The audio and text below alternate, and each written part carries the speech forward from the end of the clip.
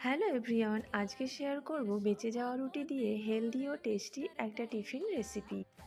Mixing বোলের মধ্যে আমি নিয়েছি পেঁয়াজ কুচি, নিয়েছি গাজর গ্রেট করে, আর লাউ গ্রেট করে নিয়েছি। দিয়েছি একটু ধনেপাতা কুচি আর দুটো কাঁচা লঙ্কা কুচিয়ে দিয়ে দিয়েছি। তার মধ্যে দুটো ডিম ফেটিয়ে দিয়ে দিলাম স্বাদ অনুসারে লবণ, জিরে গোলমরিচের গুঁড়ো। এরপর ভালো করে ফেটিয়ে নিয়ে রেখে দিলাম। এদিকে 5 থেকে 6টা আমার বেঁচে যাওয়া রুটি ছিল, সেগুলোকে এরকম আকারে কেটে নিয়েছি। ফ্রাইং প্যানের মধ্যে দিয়ে দিলাম সর্ষের তেল। তেলটা একটু গরম হয়ে আসতে দিয়ে দিলাম ওই ফেটিয়ে রাখা ডিমের মিশ্রণটি। এরপর আমি ঠিক এইরকমভাবে ঝুরি করে ভেজে নিচ্ছি।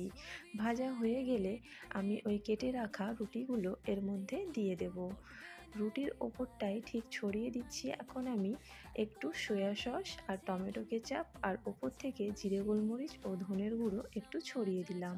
তারপর ভালোভাবে এরকমভাবে একটু 2 থেকে 3 মিনিট ভেজে নিলেই রেডি হয়ে যাবে হেলদি ও টেস্টি একটা টিফিন রেসিপি, যেটি তো দেখতেই পেলেন কিভাবে আমি বানিয়ে নিলাম বেঁচে যাওয়া রুটি দিয়ে হেলদি এই রেসিপি। আপনারা ট্রাই করে অবশ্যই দেখবেন, খেতে কিন্তু দারুণ টেস্টি হয়। এটি আপনারা টিফিনেও দিতে পারেন।